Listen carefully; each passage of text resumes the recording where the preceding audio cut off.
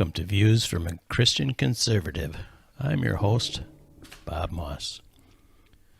This is my first official podcast of the Bob Moss Show. The format going forward for this podcast is voicing a Christian conservative viewpoint on daily topics, but this being the first, I thought it needs to be a special podcast. Set me as a seal upon your heart, as a seal upon your arm, for love is as strong as death. The following is a heartbreaking, gut-wrenching, painful podcast. In February of this year, my sister and brother-in-law lost their son, Jacob, unexpectedly, swiftly, and tragically. It was dreadful and devastating news. The kind of news that makes you numb for a few seconds, because you cannot comprehend what you're being told.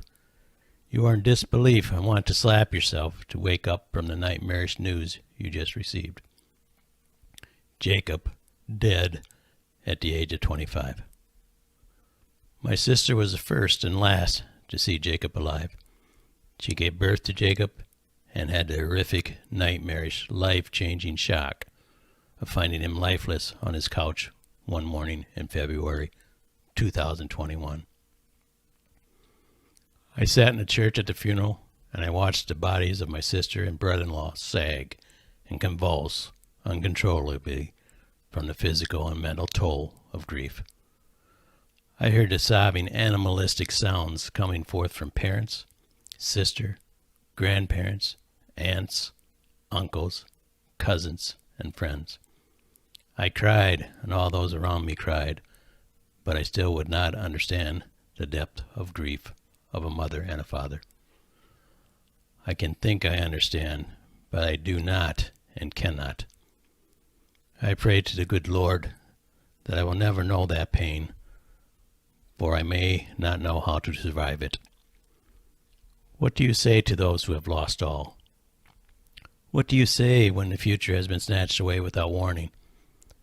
There will be no birthdays, Christmas, Easter, breakfast, lunch, supper, wedding day, birth of grandbabies, and special days celebrated with Jacob anymore.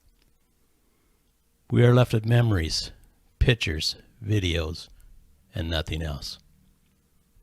I can only bend a knee to the Lord and ask for guidance in my actions, words, and deeds towards others at this trying time. The Lord is close to the brokenhearted and saves those who are crushed in spirit. Psalms 34. Jacob was a unique soul who sometimes marched to a different tune, but somehow knew at a young age what mattered most in life was the relationships you made and kept along the journey. Jacob's wake was 4 hours long, and the line of family and friends was always out the main door into the parking lot. The hours passed with moments ranging from soul-sobbing grief, anger, disbelief, and laughter, and celebrating the all-too-fleeting moments of his life. Jacob did not adapt well to learning in the academia world that most of us identify as learning. Jacob did not relish the world of books. Jacob learned by touch, feel, and an adrenaline rush from living life, not from words in a book.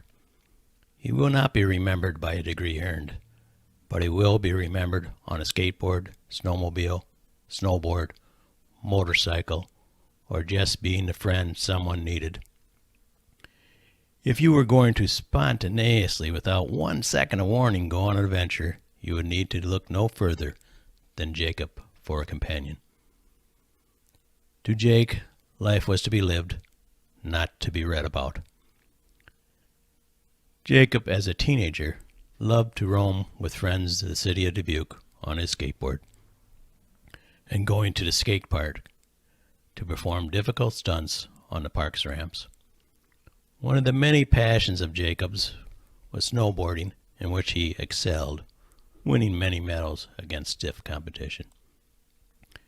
Jake loved living and later visiting his sister Brittany in Colorado, and had a salesman's touch in encouraging the sometimes timid Brittany into engaging in adventures she would normally not consider.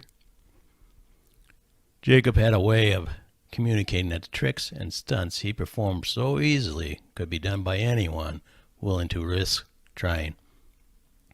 His many trips to the hospital for broken bones could attest that it could be done, but not by everyone, or anyone less talented. I saw firsthand the kindness of Jacob when he visited my father and mother, and his grandma and grandpa. He would just stop to see if they needed any help or anything from the store. This was a son that communicated with his parents daily.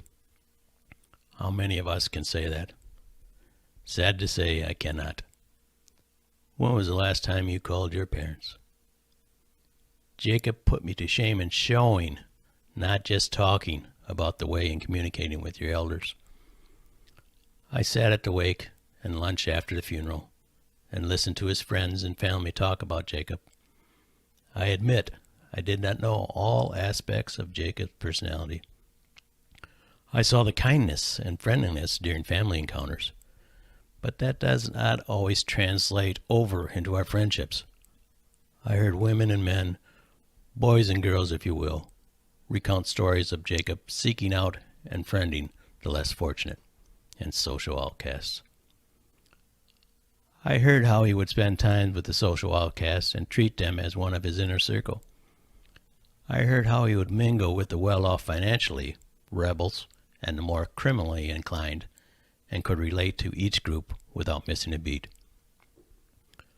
I heard how he was devoted to and loved his mother, father, and sister.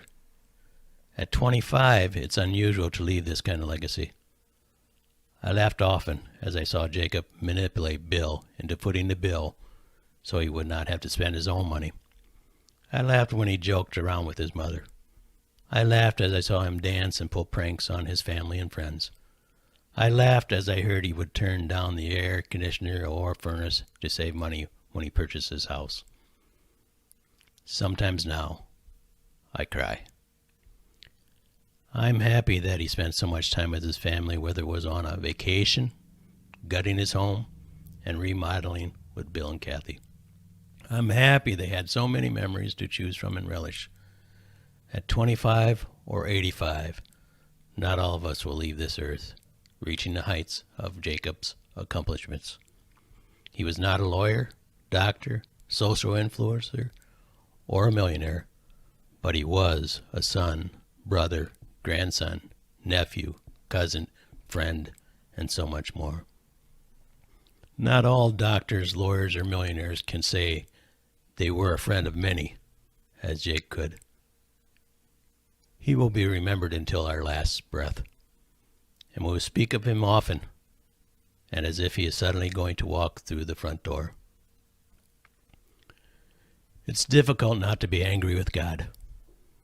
The question of why will haunt us until we leave this earth. It reminds me of the story of Mary and Martha. Then Jesus said to them plainly, Lazarus is dead, and I am glad for your sakes that I was not there, that you may believe. Nevertheless, let us go to him. And many of the Jews had joined the women around Martha and Mary to comfort them concerning their brother. Now Martha, as soon as she heard that Jesus was coming, went and met him. But Mary was sitting in the house. Now Martha said to Jesus, Lord, if you had been here, my brother would not have died. But even now I know that whatever you ask of God, God will give you. Jesus said to her, Your brother will rise again. Martha said to him, I know that he will rise again in the resurrection and at the last day. Jesus said to her, I am the resurrection and life. He who believes in me, though he may die, he shall live. And whoever lives and believes in me shall never die. Do you believe this? She said to him, Yes, Lord. I believe that you are the Christ, the Son of God, who is to come into the world. And when she had said these things, she went her way and secretly called Mary her sister, saying, The teacher has come, and is calling for you. As soon as she heard that, she arose quickly and came to him. Now Jesus had not yet come into the town, but was in a place where Martha met him. Then the Jews who were with her in the house, and comforting her, when they saw that Mary rose quickly and went out, followed her, saying, "She is going to the tomb to weep there."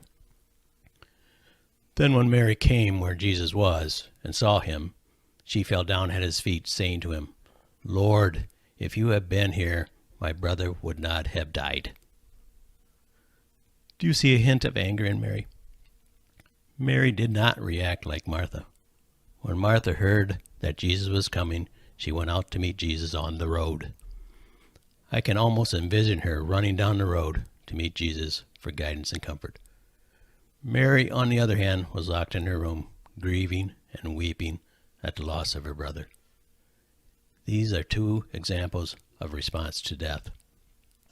We lock ourselves up physically, mentally, and emotionally like Mary, or we can also be like Martha, who goes out and meets the Lord and asks for guidance. Both are legitimate reactions to death. It's an easy answer to say we should all respond like Martha and run toward Jesus. We know that it is not always easy to get past our anger toward loss of a loved one. I believe Mary overcame her anger because she fell at his feet. You don't fall at somebody's feet unless you surrender to their authority. Come unto me, all ye that are labor and are heavy laden, and I will give you rest. Matthew 11. I ask you, what greater burden is there than grief? What are you going to do with it? Are you going to grow into a bitter, angry, and unresponsive to life and those around you? Who are you going to lay it upon? For we are all destined for the grave. The question is, did you ever truly live? And what did you live for? Jacob lived and died. The Bible states that our days are numbered, and only God knows when that day arrives for each of us. All the days ordained for me were written in your book before one of them came to be. Psalm 139. Yet you do not know what tomorrow will bring. What is your life? For you are a mist that appears for a little time and then vanishes. Show me, Lord, my life's end and the number of my days. Let me know how fleeting my life is. You have made me my days a mere handbreadth. The span of my years is as nothing before you. Everyone is but a breath, even those who seem secure. Surely everyone goes around like a mere phantom. In vain they rush about, heaping up wealth, without knowing who it will finally be. But now, Lord, what do I look for? My hope is in you. That leads me to ask, where is your hope? Do you think, as some do, that often once you die, you go into the ground and that's it? Do you believe that you will come back as something else reincarnated? A bird, a worm, or a millionaire's child? Do you believe your good works will buy your way into heaven? Do you believe in heaven and hell? Where does your hope lie? My hope is in the Lord, for his word tells me, he will wipe away every tear from my eyes, and death shall be no more. Neither shall there be mourning, nor crying, nor pain any more, for the former things have passed away. Revelation 21. John 10. My sheep hear my voice, and I know them, and they follow me. I give them eternal life, and they will never perish, and no one will snatch them out of my hand. John 6. For this is the will of my Father, that everyone who looks on the Son and believes in him should have eternal life, and I will raise him up on the last day. John 3:16, which everyone knows and hears at sporting events, concerts, signs, and people in the stands. For God so loved the world that he gave his only Son, that whoever believes in him should not perish, but have eternal life. For God did not send his Son into the world to condemn the world, but in order that the world might be saved through him. John 6. Truly, truly, I say to you, whoever believes has eternal life. There is one question we all need to answer. Who is Jesus? Is he a good teacher, prophet, or lunatic that thought he was God? Or is he the Son of the living God? I choose to believe Son of the living God. How about you? Until next time, God bless you and yours. This is your host, Bob Moss.